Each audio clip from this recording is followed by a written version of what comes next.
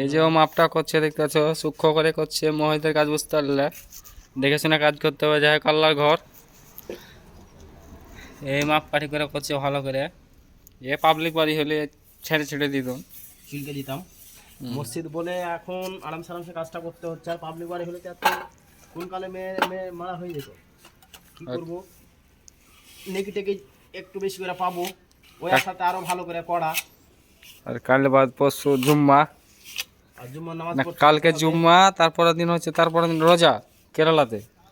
আরে কেরালাতে বুঝতে পারছো কেরালার ভিউ সেই লেভেলের ভিউ, বুঝতে পারলে? সামনে রোজা টোজা আসছে দাদারা। আর সামনে বলে কাল বাদ পরশু রোজা আমাদের এখানে। রোজা আসছে ভাইজানেরা, সব রোজা টোজা করিও। বাড়িতে থাকলে আর প্রভাস মানিতে যন্ত্রণা বুঝতে পারছো, আমাদের দ্বারা অসম্ভব। যদিও করি, করবো না বলি না যে করি, কিন্তু মধ্যে মধ্যে গ্যাপ চলে যায় একটু, যখন কাজের বেশি চাপ হয় তখনই মানে পারি না, বাদ দিয়ে দিই। তাছাড়া করি না বলবো না যে রোজা করি না, করি।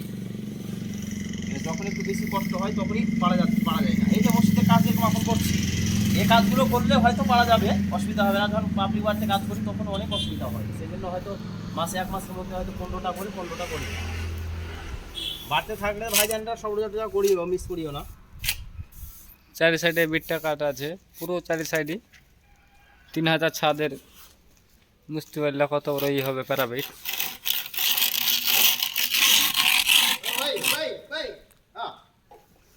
এই হচ্ছে ইঞ্জিনিয়ারের ছোট ভাই, 4 চাকালে এসছিল, বুঝতে পারলে? বুড়া মানুষ, হাঁটা চলতে পারবে না, কেরালা রাস্তাতে 4 চাকা গাড়ি কিনেছে এখন।